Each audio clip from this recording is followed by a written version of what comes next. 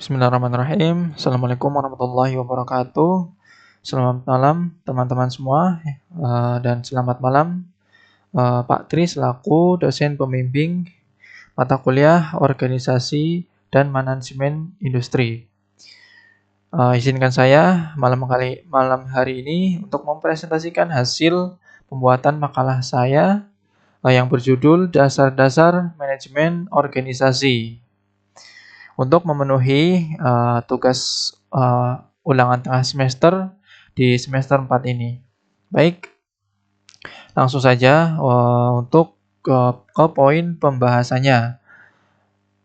Di sini di bab 1 terdapat pendahuluan yang di mana pendahuluan itu memiliki 4 poin yang bakal saya jelaskan. Yang pertama ada latar belakang, yang kedua ada rumusan masalah, yang ketiga ada tujuan penulisan, yang keempat ada manfaat penulisan. Untuk di bab 2 ada 7 poin, dan yang ketiga ada bab ketiga ada 6 poin, dan yang ke bab 4 yaitu ada 1 poin. Langsung saja untuk mempersingkat waktu, kita masuk ke bab pertama yaitu pendahuluan. Di sini ada latar belakang. Manajemen organisasi merupakan salah satu aspek penting dalam menjalankan suatu perusahaan maupun lembaga. Dalam kehidupan sehari-hari, organisasi dapat ditemukan hampir di setiap bidang, mulai dari pendidikan, pemerintah, industri, hingga kegiatan sosial masyarakat. Suatu organisasi tidak akan berjalan dengan baik tanpa adanya sistem manajemen yang teratur dan terencana. Manajemen organisasi memiliki peran penting dalam mengatur sumber daya manusia, sumber daya material, waktu, serta tujuan organisasi agar dapat berjalan secara efektif dan efisien. Dengan adanya manajemen yang baik, suatu organisasi dapat mencapai target yang telah ditentukan dan mampu bersaing di era globalisasi yang semakin berkembang. Mungkin itu singkat dari latar belakangnya. Kita masuk ke rumusan masalah.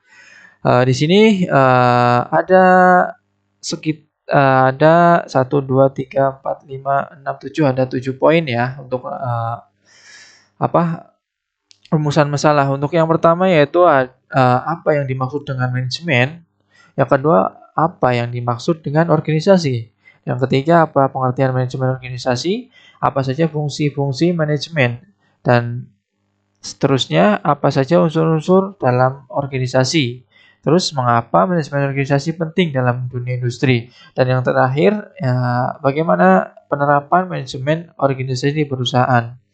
Jadi ini rumusan masalah yang terdapat di makalah yang saya buat. Kita akan mempelajari dan membahasnya di presentasi kali ini. Untuk tujuan penulisan ini yaitu untuk bertujuan yang pertama untuk mengetahui pengetahuan manajemen, yang kedua untuk memahami pengertian organisasi, yang ketiga untuk mengetahui konsep dasar manajemen organisasi, yang keempat untuk memahami fungsi-fungsi manajemen, yang kelima untuk memenuhi unsur-unsur organisasi, yang ketujuh untuk memahami pentingnya manajemen organisasi dalam dunia industri, yang kedelapan untuk mengetahui penerapan manajemen organisasi di perusahaan. Manfaat dari penulisan makalah ini yaitu yang pertama, menambah wawasan mengenai dasar-dasar manajemen organisasi, membantu mahasiswa memahami pentingnya organisasi dalam dunia kerja, menjadi referensi pembelajaran dalam mata kuliah organisasi dan manajemen industri. Untuk poin selanjutnya, memberikan pemahaman tentang penerapan manajemen organisasi dalam perusahaan. Lanjut, kita masuk ke bab 2, yaitu landasan teori. Di landasan teori ini, untuk poin yang pertama adalah pengertian manajemen. Apa sih yang dimaksud dengan manajemen itu? Jadi jadi manajemen itu berasal dari kata to manage, yang berarti mengatur atau mengelola. Jadi secara umum, manajemen adalah proses perancangan, pengorganisasian, pengarahan, dan pengawasan terhadap sumber daya yang dimiliki organisasi untuk mencapai tujuan secara efektif dan efisien. Menurut George R. Terry, manajemen adalah suatu proses yang terdiri dari perancangan, ya, pengorganisasian, pelaksanaan, dan pengawasan untuk mencapai tujuan yang telah ditentukan melalui pemanfaatan sumber daya manusia dan sumber daya lainnya. Ya, sementara itu, menurut Harry Fayol, manajemen merupakan proses perancangan atau pengorganisasian atau pengordinasian dan atau pengendalian, ya. Berdasarkan pengertian tersebut, ya, dapat disimpulkan bahwa manajemen merupakan kegiatan mengatur dan mengendalikan berbagai sumber daya agar tujuan organisasi dapat tercapai dengan baik. Untuk poin yang kedua yaitu pengertian organisasi, ya. Organisasi adalah sekumpulan orang yang bekerja sama secara terstruktur, ya, untuk mencapai tujuan tertentu. Nah, dalam organisasi terdapat bagian tugas, tanggung jawab, serta hubungan kerja antara anggota. Itu secara singkatnya untuk pengertian organisasi. Selanjutnya kita masuk ke poin ketiga yaitu pengertian manajemen organisasi. Manajemen organisasi adalah proses pengelola organisasi melalui kegiatan perencanaan, pengorganisasian, pengarahan, dan pengawasan untuk mencapai tujuan organisasi secara efektif dan efisien. Manajemen organisasi tidak hanya berfokus pada pekerjaan, tetapi juga pada pengelolaan sumber daya manusia agar mampu bekerja sama dengan baik, ya. Dalam manajemen organisasi diperlukan yaitu kepemimpinan, ya, komunikasi, koordinasi, dan pengambilan keputusan yang tepat, ya. Jadi harus tepat, cepat, dan tepat, ya. Baik, kita masuk ke poin 4 yaitu fungsi-fungsi manajemen. Secara umum, fungsi-fungsi manajemen terdiri dari kurang lebih ada 4 poin, ya. Yang pertama, perencanaan atau planning, ya. Apa sih yang dimaksud dengan perencanaan atau planning? Yaitu adalah proses menentukan tujuan dan langkah-langkah yang akan dilakukan untuk mencapai tujuan tersebut. Dalam tahapan ini, manajer menentukan strategi, target, serta kebijakan organisasi, ya. Contoh perencanaan di perusahaan adalah penentuan target produksi bulanan dan jadwal kerja karyawan. Ya, kita masuk ke pengorganisasian atau organizing. Apa sih yang dimaksud pengorganisasian atau organizing? Yaitu adalah pembagian tugas dan tanggung jawab kepada setiap anggota organisasi agar bekerja dapat berjalan dengan baik. Dalam tahapan ini dibuat struktur organisasi yang jelas agar setiap bagian mengetahui tugasnya masing-masing. Lanjut ke poin ketiga yaitu pengarahan atau actuating, ya. Apa sih yang dimaksud pengarahan atau actuating itu? Yaitu proses memberikan instruksi, ya, mengarahkan motivasi dan membimbing kepada anggota organisasi agar dapat bekerja sesuai dengan tujuan organisasi tersebut, ya. Pengarahan sangat penting untuk meningkatkan semangat kerja dan menjaga koordinasi antar pegawai. Kita masuk ke poin 4 yaitu pengawasan atau controlling. Apa sih yang dimaksud dengan pengawasan atau controlling itu? Yaitu proses mengevaluasi, ya, hasil kerja untuk memastikan bahwa kegiatan organisasi berjalan sesuai rencana. Nah, jika dapat kesalahan atau penyimpangan, ya, maka dilakukan tindakan perbaikan agar tujuan organisasi tetap tercapai. Kita masuk ke poin 5 yaitu prinsip-prinsip manajemen. Di sini ada sekitar 14, ya, prinsip-prinsip manajemen, ya. Saya akan bacakan secara singkatnya saja, ya, dari 14 tersebut. Yang pertama adalah pembagian kerja. Yang kedua ada pemenang dan tanggung jawab. Yang ketiga ada disiplin. Yang keempat ada kesatuan perintah, ya. Yang kelima adalah kesatuan arah. Yang keenam mengutamakan kepentingan organisasi, ya. Yang ketujuh memberikan upah yang adil, ya. Yang kedelapan adalah sentralisasi. Yang kesembilan adalah rantai skalar. Yang kesepuluh adalah ketertiban. Yang kesebelas keadilan. Yang kedua belas stabilitas jabatan karyawan, ya. Yang ke-13 inisiatif. Yang ke-14 semangat kesatuan, ya. Kita masuk ke poin 6 yaitu unsur-unsur organisasi. Jadi di dalam unsur-unsur organisasi ini terdapat beberapa poin ya, di antaranya yang pertama yaitu manusia. Manusia merupakan unsur utama ya dalam organisasi karena organisasi dijalankan oleh manusia tersebut. Jadi organisasi itu ya yang menjalankan memang manusia gitu kan. Oke, kita lanjut ke poin kedua yaitu tujuan ya. Setiap organisasi pasti ya memiliki tujuan yang ingin dicapai. Ya, baik tujuan ekonomi, sosial maupun pelayanan. Terus poin selanjutnya ya kerjasama ya. Dalam organisasi itu harus juga bekerja sama dengan antar tim ya, antar anggota untuk bisa saling bantu dalam menyelesaikan pekerjaan. Untuk poin selanjutnya itu struktur organisasi. Jadi struktur organisasi menunjukkan pembagian tugas ya, jabatan, hubungan kerja antar bagian. Yaitu ada manajer, ada asisten manajer, ada supervisor, ada leader dan sampai ke operator ya.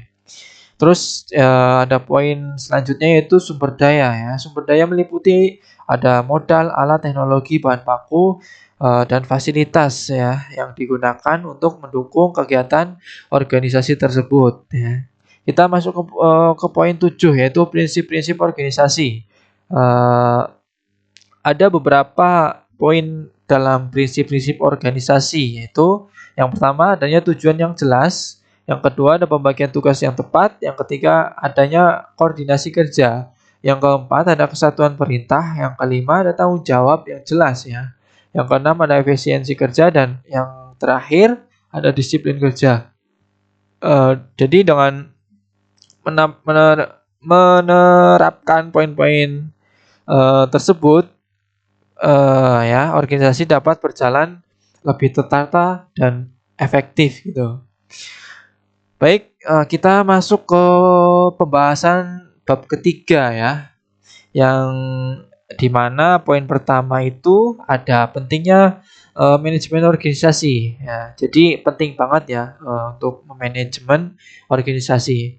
Kita akan menjelaskan sedikit apa sih yang disebut penting banget. Pentingnya manajemen organisasi itu.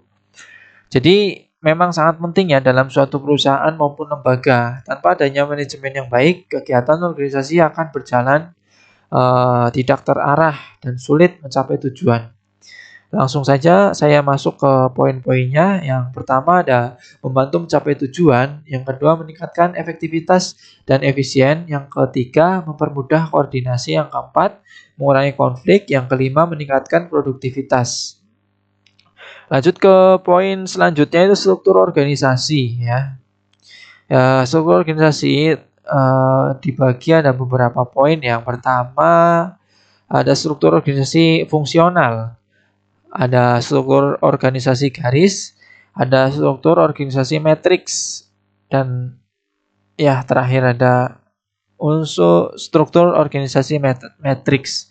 Lanjut kita ke poin 3 ya, penerapan organisasi di manajemen organisasi di dunia industri. Penerapan manajemen organisasi di dunia industri ya. Yaitu yang pertama pembagian kerja, pengawasan produksi, ya, penerapan SOP, yang selanjutnya ada evaluasi kerja, komunikasi kerja, dan seterusnya. Kita masuk ke poin 4 itu hambatan dalam manajemen organisasi. Apa saja sih yang hambatan yang ada dalam manajemen organisasi tersebut? Yaitu yang pertama adalah kurangnya komunikasi, ya, komunikasinya kurang. Yang kedua ada rendahnya disiplin kerja, yaitu karyawan kurang disiplin ya. Yang ketiga ada kurangnya koordinasi, yaitu komunikasi yang baik ya. Yang keempat ada perubahan lingkungan kerja, yaitu bisa jadi lingkungan kerja menjadi kurang baik, toksik dan lain sebagainya. Selanjutnya ada konflik internal, yaitu bisa jadi antar departemen ya. Contohnya antar departemen QC itu konflik dengan departemen produksi ya. Karena QC ingin barang atau produk yang dihasilkan oleh perusahaan tersebut itu memenuhi standar kualitas yang sudah ditetapkan, namun produksi ingin targetnya tercapai dengan uh, yang sudah ditetapkan oleh perusahaan ya. Jadi di antara quality dan quantity itu antar departemen bisa menjadi konflik ya, internal ya. Untuk yang poin 5 adalah upaya mengatasi hambatan organisasi ya. Ini ada beberapa poin ya untuk mengatasi hambatan organisasi. Yang pertama ada meningkatkan komunikasi antar pegawai, yaitu meningkatkan komunikasi dengan baik ya untuk mengurangi kesalahpahaman atau miskomunikasi. Yang kedua ada memberikan pelatihan kerja kepada karyawan ya. Jadi sepatutnya karyawan itu ketika sudah lama bekerja bisa melakukan refresh training ya gitu ya. Yang ketiga adalah meningkatkan pengawasan dan evaluasi ya. Ini tugasnya dari atasan ya. Yang keempat adalah memberikan motivasi. Ini juga tugas dari atasan untuk memberikan motivasi kerja. Gimana sih caranya operator biar semangat kerja, biar disiplin gitu kan. Yang kelima menerapkan disiplin kerja, yaitu termasuk juga yang keenam meningkatkan kerja sama tim, yaitu gimana caranya anggota atau anggota kerja kita, rekan kerja kita bisa bekerja sama tim gitu, bisa kompak gitu kan. Oke, kita masuk ke poin 6. Ini ada studi kasus ya, penerapan manajemen organisasi di salah satu perusahaan ya. Kita ambil contoh ya, penerapan manajemen organisasi itu dapat dilihat pada perusahaan manufaktur otomotif ya, yang memang sudah familiar gitu kan. Jadi dalam dunia perusahaan tersebut, setiap bagian memiliki tugasnya masing-masing yang saling berkaitan ya. Ada quality control, ada engineering, ada produksi, ada PPC, ada inventory control, dan ada juga orang human resource, administrasi dan lainnya. Jadi itu bisa semuanya bertugas menjalankan proses produksi sesuai target yang telah ditentukan ya. Contohnya bagian quality control bertugas memeriksa kualitas produk agar sesuai standar perusahaan ya. Dan bagian warehouse juga bertanggung jawab terhadap penyimpanan barang dan distribusi material ya. Dan sementara itu bagian maintenance juga bertugas menjaga kondisi mesin agar tetap berfungsi dengan baik ya. Dan manajemen perusahaan melakukan perancangan target produksi setiap bulan ya, kemudian mengatur pembagian kerja dan jadwal operasional ya, itu bagian dari manajemen perusahaan ya. Dan selain itu juga dilakukan briefing sebelum kerja dimulai untuk memastikan ya seluruh karyawan memahami target dan bagian pekerjaannya masing-masing ya. Yaitu dalam proses kerja perusahaan juga menerapkan standar operasional prosedur ya atau SOP ya untuk menjaga kualitas dan keselamatan kerja. Jadi ketika kita sudah memasuki perusahaan itu kita harus paham ya SOP-nya itu apa gitu kan. Untuk ya biar menjaga keselamatan kita gitu kan. Jadi kesimpulannya seperti itu. Yaitu ya ini masuk ke bab terakhir ya, bab 4, yaitu kesimpulan ya dari makalah yang saya buat gitu ya. Jadi berdasarkan pembahasan yang telah saya sampaikan tadi, itu dijelaskan terdapat kesimpulan bahwa manajemen organisasi merupakan proses pengolahan organisasi melalui kegiatan perencanaan, pengorganisasian, pengarahan, dan pengawasan untuk mencapai tujuan secara efektif dan efisien ya.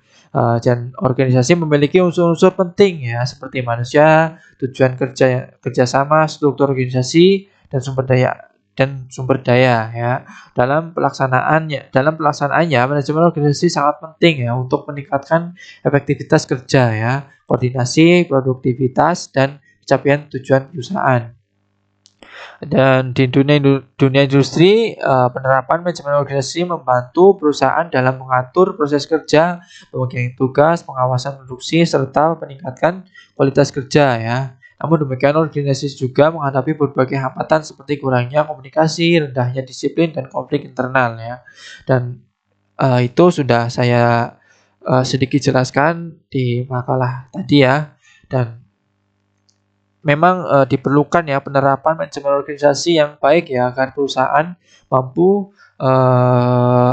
mengorganisasi dapat perusahaan mampu eee, menjalankan atau menerapkan organisasi dapat berkembang dan mampu bersaing di era modern ya. Mungkin cukup sekian ya presentasi dari saya, kurang lebihnya eee, atau tutur kata yang salah dalam penyampaiannya atau kurang memuaskan atau kurang memberi pemahaman kepada Bapak, mohon dimaafkan ya. Untuk selanjutnya saya akan eee, lebih mempelajari bagaimana sih cara menyampaikan hasil laporan saya kepada pendengar itu supaya paham ya apa yang saya bicarakan itu maksud gitu kan. Ya, jadi mohon maaf ya apabila tutur kata saya kurang baik atau cara penyampaiannya kurang jelas atau masih banyak kekurangan dari makalah yang saya buat, saya mohon maaf ya. Mungkin sekian itu presentasi dari makalah yang saya buat untuk memenuhi tugas UTS eee, di mata kuliah organisasi dan peran di mata kuliah organisasi, manajemen industri gitu kan. Ya kurang lebihnya mohon maaf ya, mungkin sekian ya, eee, yang bisa saya sampaikan, eee, akhir kata wassalamualaikum warahmatullahi wabarakatuh. Terima kasih.